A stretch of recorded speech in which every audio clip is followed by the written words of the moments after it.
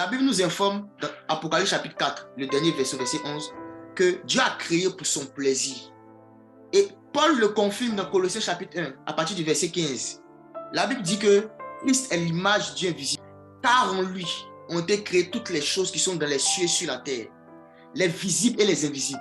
Tout était créé par lui et pour lui. Il est avant toute chose et toute chose subsiste en lui. Donc, tout était créé par lui et pour lui. Ça veut dire que le but, la finalité de la création, c'est de faire plaisir au Créateur. Donc, nous vivons pour plaire à Dieu. Nous existons pour plaire à Dieu. Voici que Dieu a créé les cieux et la terre, que j'appelle des réalités. Ce sont des réalités que Dieu a créées. Donc, dans les différentes réalités que Dieu a créées, qu'on appelle les cieux et la terre, il a créé des êtres pour organiser ces réalités-là, car Dieu est un Dieu d'ordre. Là où il n'y a pas d'ordre, le gouvernement de Dieu ne peut s'établir. Donc, parce que Dieu est un Dieu d'ordre, il a créé des êtres. Et l'apôtre Paul a parlé de ces êtres-là, qui définissent des rangs en fait. Dans Éphésiens 1, donc Colossiens 1 d'abord, verset 16. On va lire d'abord Colossiens 1, verset 16. Marcel, si tu peux lire ça. Car en lui ont été créées toutes les choses qui sont dans les cieux et sur la terre, les visibles et les invisibles, les trônes, les dignités, les dominations, les autorités. Tout a été créé par lui et pour lui. Amen. Okay. La Bible dit que quand Dieu a créé, il y a des rangs d'êtres. Il a créé des êtres, mais ces êtres-là, ils ont des rangs différents. Et Paul décrit les différents rangs, il parle des trônes. Après, il nous parle des dignités. Ça, en français, c'est dignité, mais dans le grec, c'est kuriotes, qui signifie des seigneuries. Des seigneuries.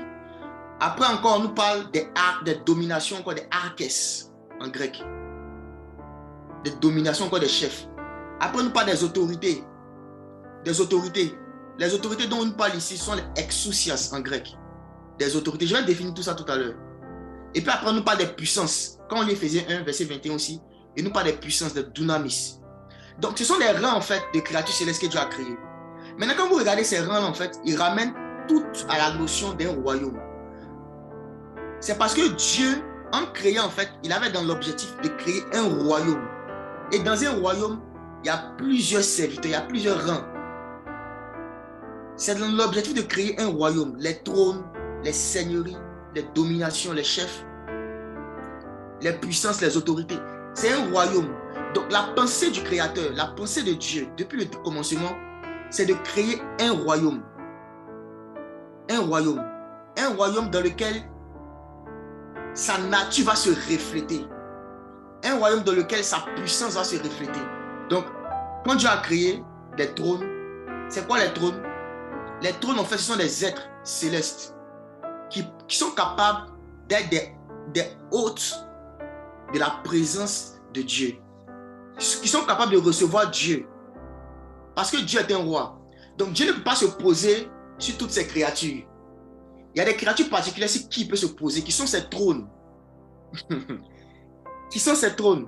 Et parmi ces créatures-là, il y a ce qu'on appelle les chérubins. Et on va lire un passage, vous allez voir ça. Marcel, tu peux lire le psaume 18 rapidement. Psaume 18, verset 10 à 11. Psaume 18, verset 10 à 11.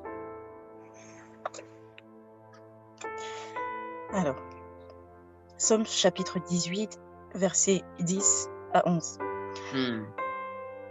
Il abaissa les cieux et il descendit. Il y avait une épaisse nuée sous ses pieds. Il était monté sur un chérubin et il volait, il planait sur les ailes du vent. Ok.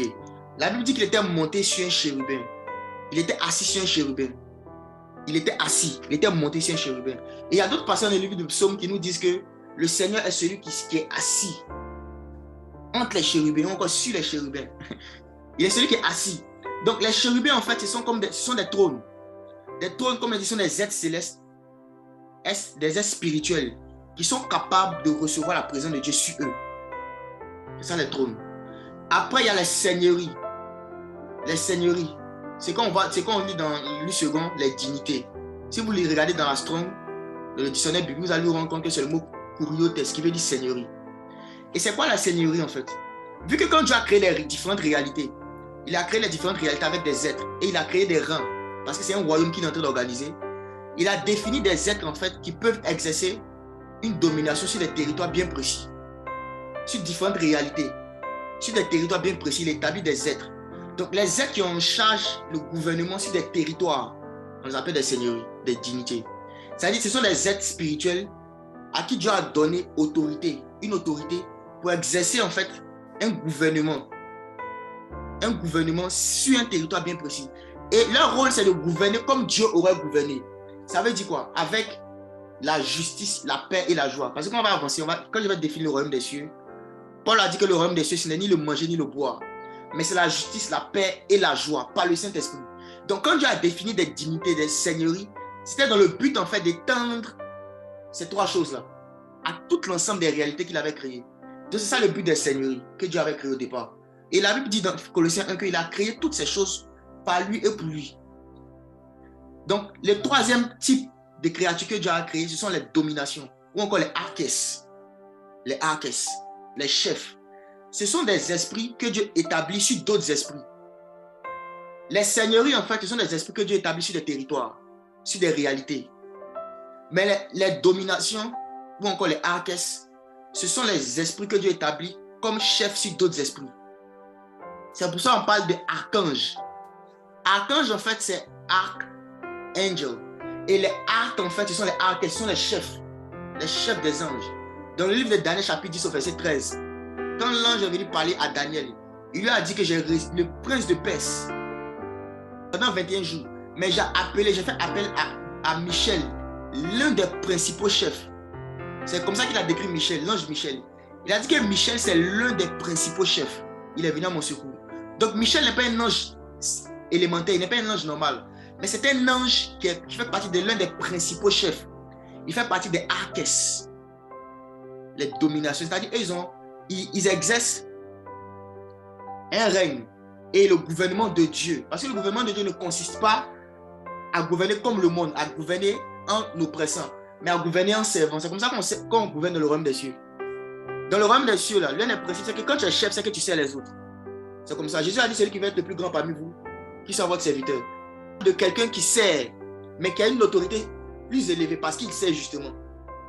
Parce qu'il sert, il a une autorité plus grande. Donc, c'est ça les archès. Des esprits que Dieu a établis pour dominer, pour diriger en fait un groupe d'esprits. Et après, il parle des exousias, des autorités. Les autorités, c'est quel type d'esprit? Ce sont des esprits à qui Dieu a donné la capacité de légiférer, de définir des lois et des règles sur des réalités bien précises. Ils peuvent définir des lois et des règles sur des réalités. C'est ça les autorités. Dieu leur donne le pouvoir qu'il a en tant que juste juge. Si vous regardez dans les royaumes, là, en fait, les royaumes de la terre là, se sont inspirés du gouvernement que Dieu avait établi depuis le départ. Tous les royaumes de la terre fonctionnent de la même manière, avec différents chefs. Et il y a des gens à qui le roi donne autorité pour écrire des décrets, pour écrire des lois. Même dans les républiques, ce n'est pas seulement le président qui peut écrire des lois. Il y a les membres de l'Assemblée nationale, il y a aussi même les ministres qui peuvent décréter des arrêtés, les maires aussi. Donc en fonction du niveau d'autorité que tu as, le niveau de loi que tu peux définir dépend du niveau d'autorité que tu as. Donc les exousias, les autorités en fait, ce sont des esprits qui ont la capacité de légiférer. Et tout ça, c'était les esprits qui faisaient partie du royaume de Dieu. Dieu avait défini son royaume comme ça. Et ce que je vous explique là, l'homme n'existait même pas. Dieu a commencé à créer la réalité du monde angélique. Et il n'y avait même pas d'homme. Dieu dit, faisons l'homme à notre image. En fait, ce sera de dominer. Dominer. Sur quoi? Il définit des êtres. Et quand j'ai expliqué tout à l'heure que les créatures que Dieu a créées pour dominer sur des êtres, en fait, ce sont des archès. Donc, il dit, je vais créer un être particulier qu'on appelle Adam. Adam, c'est une race, hein. C'est pas le nom, c'est pas le prénom de quelqu'un. Adam, c'est une race. Le mot hébreu Adam, là, ça parle d'une race d'individus. Il dit, je vais créer Adam. Mais le but, Adam, en fait, il va porter mon image et ma ressemblance. Et le but que je lui assigne, c'est qu'il sera un archès, dans le sens où il va exercer une domination sur des créatures, les oiseaux du ciel, les bétails des champs, tout ça, tout ce qui rampe sur la terre, les poissons de la mer. Donc, il sera d'abord un archès, un chef de plusieurs créatures. Mais ça ne va pas s'arrêter là.